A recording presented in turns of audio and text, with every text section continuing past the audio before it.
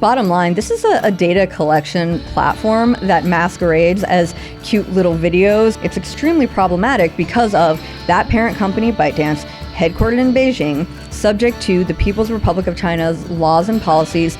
If the Chinese Communist Party comes knocking to ByteDance, ByteDance has got to give up the goods. And the goods, TikTok data, American user data.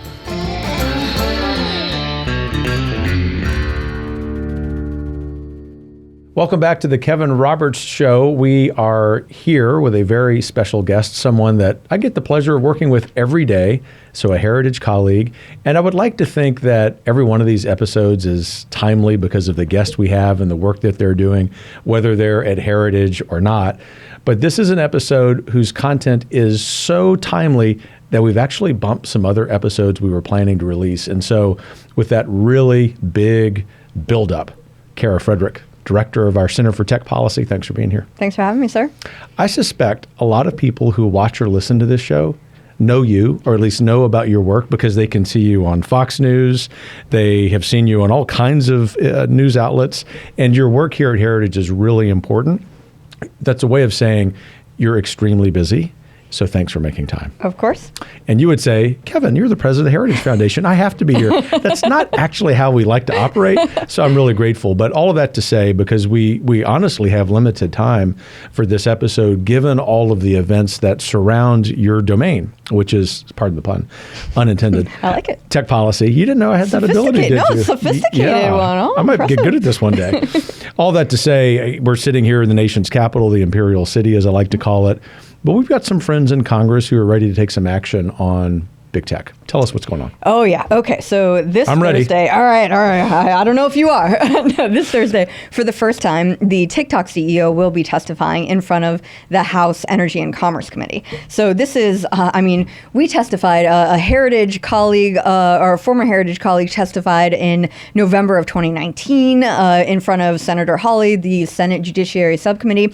I was sitting next to him, and next to us was an empty chair meant for a TikTok representative. So TikTok has not appeared, their CEO at least, has not appeared in front of Congress in this way. So everybody's excited. TikTok itself is excited. They're flying in, bussing in influencers to sit behind him and say, oh, we're going to have, impacts on our lives. We're not going to be able to put food on the table if you ban TikTok. But we can get to that later. I think the thing to talk about now is the fact that, TikTok may eventually be held accountable for some of their noxious data collection practices. Frankly, their relationship via their parent company ByteDance to the CCP for really propagating and supercharging these social contagions, this filth on their platform, for accessing American user data in China, and on and on and on. So he's going to sit down in front of the chair, Kathy McMorris Rogers, who's been a warrior on big tech as well, and he's going to hopefully face the music, especially from House Republicans, as they look for answers really to, frankly, how much does the CCP influence the platform via ByteDance? How much play does China get in what the algorithm pushes out, what content Americans see, et cetera, et cetera. So big day on Thursday. They're going to have a TikTok presser about the whining influencers of what happens if we get a ban, and we, the Heritage Foundation, are going to have a counter presser where we're going to actually have the creator of Libs of TikTok, Haya Rachik, come and talk about what she's seen on this platform. We're going to have real moms like myself who see, looking especially down the road, what these social media platforms do to our children before, like we've talked about before, the proper formation of their consciences, how they're deliberately targeting younger and younger audiences like preteens, which, like Facebook says, is a valuable but untapped audience. TikTok is the king of conquering the next generation, and it's time for them to be held to account. Hopefully Thursday we'll get some answers. Well, it sounds like there's some real progress, and I'll ask you momentarily about what people can expect to come out of this. But I'm going to ask what might be like the middle-aged bald man's question. Many people in the audience will not need the answer to this question. But we do have a lot of people who watch or listen to this show who are, say, my age and older, who know that something called TikTok exists. But it's not a middle-aged bald man question. It's actually a question that my own dear wife has asked. You know her. Yeah. And she would say, Kevin, what is TikTok? pardon me, but we're in the education business. Tell people who know that it's there, their kids or grandkids have it. Hopefully they don't, and they need to get rid of it. But this is a softball for you too. Why should we care about TikTok? Yep. So I would prefer that no one knows what TikTok is. That's the goal. But that is the goal. So your wife, again, is doing great things. But I think if you don't know what it is, then your granddaughter does, then your daughter does, then your niece or nephew does. A 100% chance they know. 100% chance. Now new figures have come out. Almost half of America is on TikTok, which TikTok itself is saying in advance of this hearing to sort of say, you're going to ban what half of America enjoys. But bottom line, TikTok is an app which grew out of Musical.ly, which was another app that basically took over for, say, Vine. So really quick 14-ish second videos. And what they originally did, especially with Musical.ly, is they set them to set lyrics and whatnot to music and had people mouth the lyrics and just do cute little videos.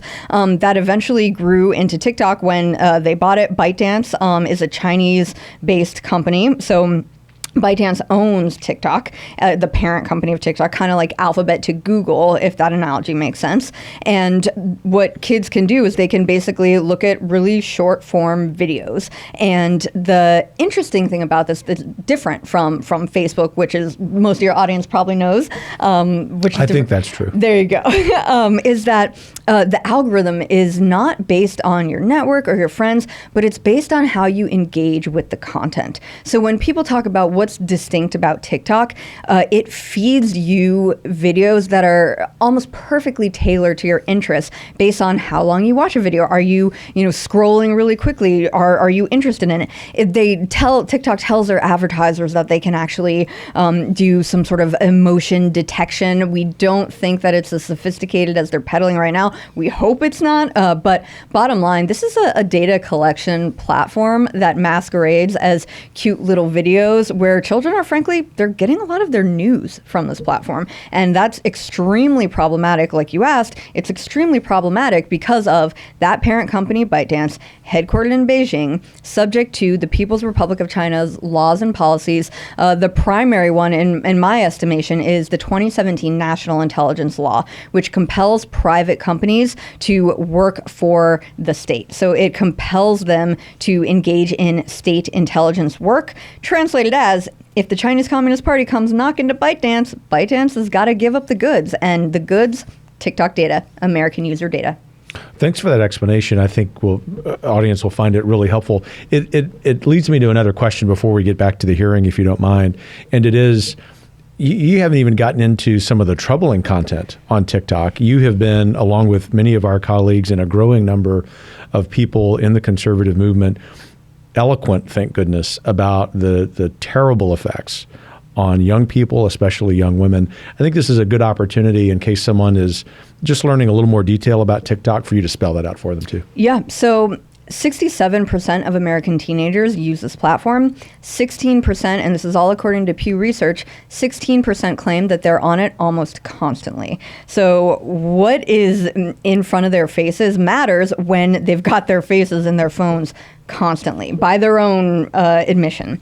Now you look at preteens, another Pew poll, and this is all the way back in 2020, parents surveyed said that 30% of their children, their preteens, 9 to 11-year-olds, use TikTok. So that's just the user base, okay? So we'll set that aside. Now the content, what they're seeing. We've seen a lot of, frankly, journalists doing a lot of detective work, a lot of bootstrapping experiments, because TikTok is not giving us this information. I mean, why would they? And they found when they register as 13-year-olds or 14-year-olds, they're fed self-harm videos, suicidal content, eating disorder content within minutes. And this is across the board. Wall Street Journal did an investigation on the eating disorder side. The New York Post is actively creating accounts and registering as young users to do these experiments. Daily Mail also has UK journalists on the case. And even in the UK, British, they have 3 to 4-year-olds are now viewing TikTok content as well. So again, that self-harm, that eating disorder, that suicidal content, we know from Facebook internal research that was leaked leaked to the Wall Street Journal in 2021 that 1 in 3 women who used Instagram, when they had, maybe some body image issues, it made them feel worse. American teenagers, 6% of them, if they had suicidal thoughts, directly traced them to Instagram. And that was higher for women in the United Kingdom as well, teenagers, in fact. So, you're immediately registering as a young person on these platforms, and you're, again, within minutes getting fed content. You maybe have some depressive thoughts and whatnot. There you go, self-harm. There you go, suicidal content. NPR, the Wall Street Journal did a interview, and they basically said that all of this content, and this is of young girls who had been on TikTok, lived on TikTok, and they're saying it is an onslaught. You can't contend with this content, and it's so good because of the algorithm and the unique features of the algorithm, which we have some reports that says China is pretty involved in the source code. Yeah, it'd be bad enough if China weren't involved, but the fact that China is at least so involved, yes, it makes it that much worse. And so can the everyday American who's concerned about this problem, as you've laid it out, have some confidence that the TikTok CEO is going to get some tough questions? I think they can have confidence that he'll get tough questions. Whether or not he'll answer them, I think we've seen the equivocation is endless when it comes to TikTok executives. They try to muddy the waters. They try to, and this was actually leaked in their master messaging document, their PR strategy, last updated in 2021, leaked to Gizmodo, a tech outlet. They try to disengage from the China relationship. They try to downplay, is what is the words used in the document, downplay China, downplay ByteDance, downplay artificial intelligence, which is, this to me is the key to everything. And we can talk about, I know we only have a short period of time, but the fact that we have this technology, artificial intelligence, to recognize patterns, to parse through big data sets, I think that's the big problem. We can, talk all day about the noxious content on these platforms, but when China can actually have mapping the patterns of life and the networks of Americans, especially these young children, then you have a hard security problem as well as the cognitive one that we've talked about in terms of potential influence operations and the poison, frankly, they're feeding through this portal. Yeah, and I guess we'll just have you back on many topics over the years, but maybe the next one on artificial intelligence, because I just came out of a lunch where we really focused on the limitations of the conservative movement when it comes to thinking through policy around artificial intelligence. I know that you and your colleagues, our colleagues here at Heritage, have been working on this and thinking about it, but it seems as if it's very good news that this hearing with TikTok is happening. We'll talk a little bit more about that before we wrap, but just to sort of look forward, one of the reasons it's important to get a few licks on this guy, figuratively, is so that conservatives, policymakers, people outside the Capitol like yourself, can really be in the driver's seat when it comes to this policy arena, artificial intelligence, which ought to scare the daylights out of Americans when it comes to our daily domestic lives, as well as the ability, to your point, of this adversary, this enemy, frankly, the Chinese Communist Party, being able to use it because they have so much data on us. Yep. So best case scenario for Thursday's hearing, what do you think it is? Best case scenario is everyday Americans, if they're watching this, they emerge with a sense of urgency when it comes to TikTok. At the Heritage Foundation, we're going to drop a backgrounder that calls for a wholesale ban on TikTok's operations in the United States. So not just government devices, but personal devices as well. So if Americans in watching this can emerge with the knowledge that this platform is essentially under the auspices of the Chinese Communist Party via ByteDance, I think that's a win. If they can communicate to their children that, hey, this is not harmless. This is not just something that you do for fun. This is an adversary, a competitor, not just a competitor, but an actual enemy trying to get your information and prevent you from doing what you want to do as a child in the future anyway, because of the blackmail potential, the espionage potential, then that's a win. If the everyday American can see how perfidious this company has been, then we'll have done a tiny bit of our job. And so whether it's 3 days after the hearing or 3 months after the hearing, give us a sense of how we want to tap into that momentum that comes from the hearing and hopefully expand the ranks of people who want to take action against it. Yeah, I think definitely we carry on with our Moms Against TikTok concept because this is not something that I think can be confined to those hard security concerns. I think there's a social element to it. I think it is, rending the social fabric of our nation, and China is smiling the entire way. And I think that the more, I'll make it personal. I'm a new mom. I have a daughter now, and to see the effects that these social media platforms are having on young girls in particular, it is a 5-alarm fire. And we are going to lose the next generation of citizens if they are captured by these platforms, which they seem to be. And TikTok is foremost among them as the worst offender. So to capture the momentum, I think you have to talk about the hard security concerns and make sure we get that wholesale ban through. But I also think we need to contend with the next TikTok as well and let parents know that this is a big job and we all need to join forces for the effort. Kara Frederick, thanks so much for making time for this. Of course.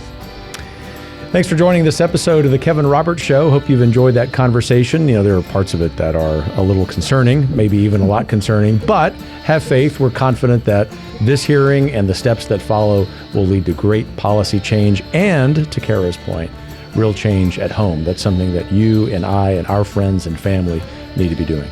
Thanks for joining us. We'll see you next time.